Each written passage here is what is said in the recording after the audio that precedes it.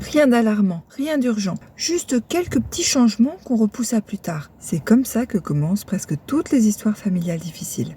Une mini-série sur les crises familiales qu'on pourrait éviter, épisode 1. N'attendez pas que la situation de votre proche âgé se dégrade et remplissez ce questionnaire. Au début, tout le monde disait que ça allait. Il oubliait parfois un rendez-vous, mais il a toujours eu la tête ailleurs. Il racontait 2 fois la même histoire, mais il l'avait toujours fait. Il ne sortait plus autant, mais il faisait froid, alors c'était logique. Puis on a commencé à ajuster. On appelait pour vérifier qu'il était bien rentré. On passait vite fait, voir si tout était en ordre.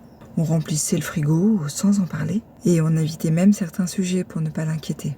On s'est même mis à anticiper à sa place, payer une facture en avance, préparer des papiers, réorganiser discrètement la cuisine. Chacun aidait un peu sans jamais nommer cette aide parce que tant que personne ne disait qu'il y avait un problème, il n'y avait pas vraiment de problème. Mais la réalité, elle, avançait quand même.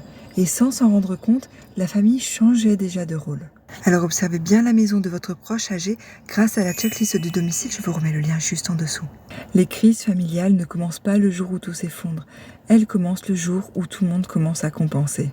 Si cette histoire vous parle, c'est que vous êtes probablement au moment où il faut anticiper. J'ouvre dans quelques jours un accompagnement gratuit pour aider les familles à éviter ce type de situation. Les informations sont dans la description. Alors abonnez-vous à cette chaîne si vous voulez des repères concrets pour ne plus subir ces décisions, sans oublier de liker, de partager pour faire circuler ce message auprès de ceux qui aident un proche âgé.